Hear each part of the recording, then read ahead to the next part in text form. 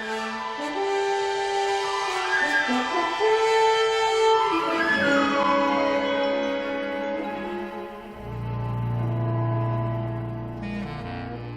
guys, and welcome back to Captain Foley Eaglemoss Reviews.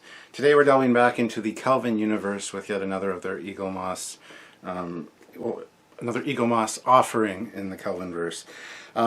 We've already looked at the Armstrong class, as well as the JJ Prize and a few others in these reviews. And as you guys know, I'm not the biggest fan of Kelvin designs, but I really love the Armstrong. I really love a lot of the Kelvin designs, honestly. It's just a few that kind of bother me. One of the standouts, of course, is the 2009 Enterprise, the Disco Prize, the JJ, not the Disco Prize, sorry, wrong universe, the JJ Prize or the Ryan Church Enterprise. But here we've got the USS Mayflower today, NCC 1621, and as you can see, I love the packaging on these. Looks really great. Got the window, got a lot of the other ships, legendary ships in the line there. On the side of the box you've got the ship from the top and the name, which is great. You throw it in a bookshelf if you want to store them that way. You can easily see what ship it is.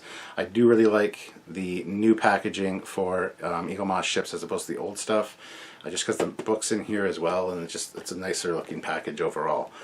On the top you got a different view of it again, so you can stack it on top shelf or something if you want to stack them that way to, you know, however they fit better, but you can still see the ship, and it's a different pose as to obviously the one on the side.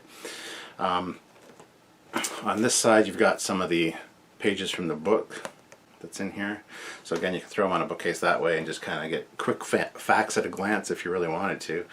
On the back is you've got the ship up here, a little bit more detail, and then other ships in the line, which a lot of them I'm looking forward to, as I said before, especially Nomad. So let's crack into this beauty and see what's in the magazine. I'm not sure I'm going to like this one as much as I like the Armstrong class, but we'll see. So here we go. Here's the magazine, the USS Mayflower, and a beautiful shot of the ship there, very Miranda style. And down here we got some specifications. Kelvin timeline ship, length 236 meters, active 23rd century, destroyed in 2258. So, yeah, let's go into the first page. As usual, you got the whole instructions on how to put it on the stand there. And here we got another shot of the ship from the front. It's not quite as impressive as the Armstrong from the front. That third nacelle on the Armstrong really makes it unique, but this is good enough as it is there. Down here we've got some detailed pictures of the model as well, which we'll get into some detailed stuff also. And we also have some specifications here, a little bit more than on the front. Length 236 meters, active 23rd century Kelvin, destroyed 2258 Kelvin. First seen Star Trek 2009, last seen Star Trek 2009, designed by Alex Yeager. So there you have it. Let's go to the first page. Beautiful three-quarter of the ship. It looks really impressive there, as you can see. And it says, USS Mayflower was lost with all hands at Vulcan in 2258. And then there's a little picture of the Enterprise coming up on the battle, or what remained of the fleet. Okay, here's something they didn't do for the Armstrong. It didn't have a full orthos, but there's a full orthos for this ship, which I absolutely love orthos, as I've said. And Eaglemoss, get on this. You guys should probably suggest it to them. Sell the orthos as posters, or sell a book of just orthos. I would buy that in a minute, in a heartbeat. I would love to have some of these orthos posters on my wall. This one doesn't look so impressive from some views, like the side view, not really a fan of. Front and back, Top is better, but anyway, not a bad looking ship at all. Just not really my thing. A little too simplistic. Here's a section on designing the Mayflower. So we got a design up there. Early concept pass of the ship would become the Mayflower. Then over here we've got, you can see the Enterprise with the Armstrong and the Mayflower over here. And then some more concept art there. And that says, after producers reviewed Alex Yeager's designs, this configuration was named Mayflower. And then the Starfleet Armada prepares to warp to Vulcan. So there's not much about this ship, actually, compared to the Armstrong, quite a bit less, but here's the designing the Narada, talking about Nero's ship there, some concepts and stuff. More concepts on the next page. We're not going to get too much into these because this is not the ship we're talking about, but you can see them there. That's a beautiful shot of the ship, actually. But as you can see, a lot of Narada talk here. And then it goes on to talk about the designing the interior of the Narada, which, again, we're not going to really discuss too much. So there wasn't a lot to talk about with this ship, so they just kind of filled the magazine with other stuff, as they sometimes do. On the last page here, you've got, again, the aftermath of the battle, and then collect all the other ships, the Starship Eaglemoss collection. On the back of the book, like they tend to do, is a shot of the ship from the top. Again, an okay looking ship, not really too much going on with it, but it's fine. It's just nothing super special in my opinion, but hey, that's me. So let's get into the model itself now and see what we got here.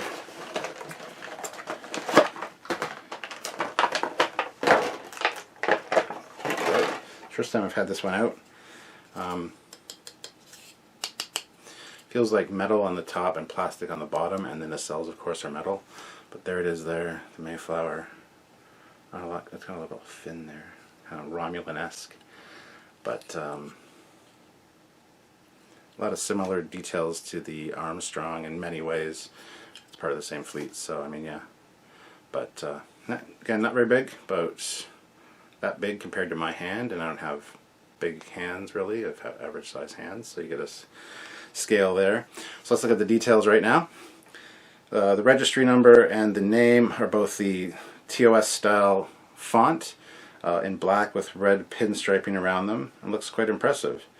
Got some greebly details underneath the USS Mayflower name there. Looking at the hull plating, it is etched in the grid lines, which I love that. And then it's like a silver with some gray speckling to kind of show weathering and hull details. Again, much like the Armstrong, you've got phaser ball turrets, a bank of 2 on each side of the name Mayflower. Bridge detail similar to the Armstrong. Again, not much going on. Can kind of see, looks like there's a bridge window at the front there, and the white on top of the bridge.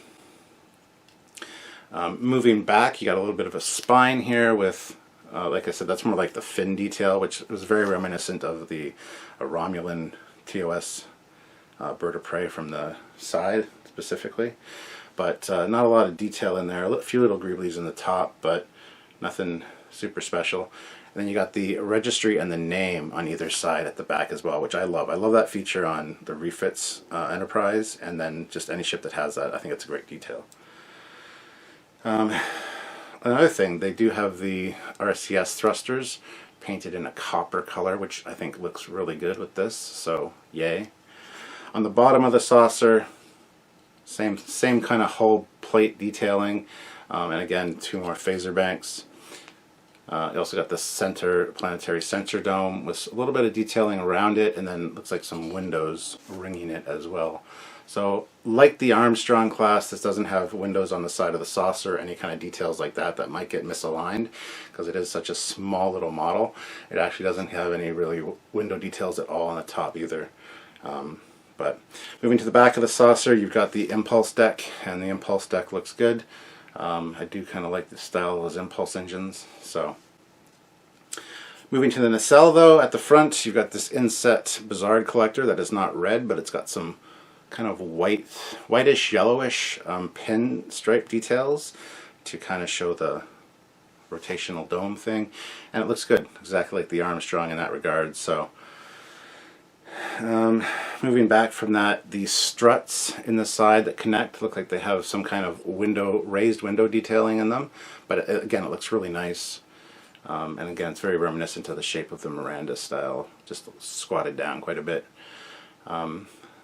A lot of great detail on the side here. You got this little greebly part at the front of the nacelle, And then moving back from that, you've got the registry number there. Again, black with the red pinstriping around it, which is a nice little touch. You got some fin details on upper and lower on both sides of the nacelle, inner and outer, and they're the same on each side, with a little bit of gold detail right there. And then moving to the back of the nacelle, you've got that inset clear blue plastic, which glows really nice depending on how light hits it, so it's a nice little touch. Moving to the bottom of the nacelles, you've got a brownish kind of gold or dark gold or dark copper detail. I like that. I like the way this thing looks, the way the bottom of these nacelles look. A lot of good detail there. So, and that's it, guys. That is the Mayflower. There's not much here to really talk about. It is a very simplistic design, very kit-bashy, as a lot of the Kelvin fleet was. But it is what it is, and I think it's great. Not as impressive as the Armstrong. The Armstrong I want to have out on display. This one, not so much, but as part of a fleet setup, I might put it out one day, just not right now. But anyway, let's head on over to the stand, which is over here, and take a look at it on the turntable and just close out this video. So, see you later. I mean, I'll see you in a second, but Mayflower. Engage warp. Here she is on the stand. You can see the stand placement there. It slots in easily. It's a little bit loose though. It doesn't fit as snugly as a lot of the other Eaglemoss models, so it kind of slides around in there, which I'm not too concerned about, I guess, but just wanted to let you guys be aware of it. There's the stand on the bottom.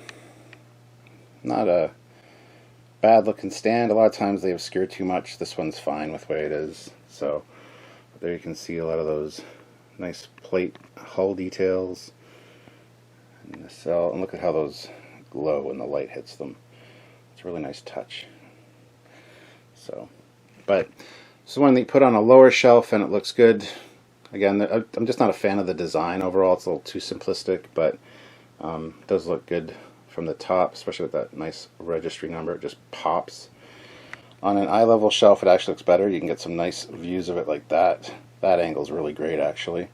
And the stand's not too bad as far as obscuring detail, but very minimalistic profile from the front and back when it's on an eye level shelf. But I mean, from the side it looks good. Kind of a 3/4 view also looks really fantastic. So put it on an upper shelf, and again, if you have it flying away from you, maybe with a nice light coming in a window, you can get some nice glow off of those rear nacelle details. But other than that, there's not a lot going on the bottom. There's not even any registry or anything on the bottom of these. So, yeah, maybe not good for an upper shelf, but an eye level shelf, nice. So there you have it, guys. That is the USS Mayflower Kelvin verse from Eaglemoss.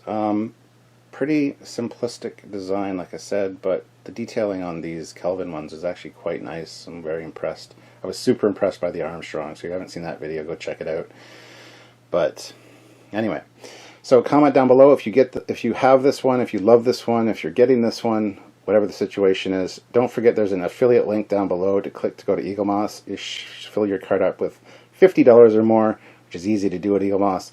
And then use the discount code Trekyards10 at checkout. You can save yourself some money, so please consider doing that. Also, like the video, subscribe to both channels, the Captain Foley personal channel as well as the Trekyards main channel, where we talk about ships all the time.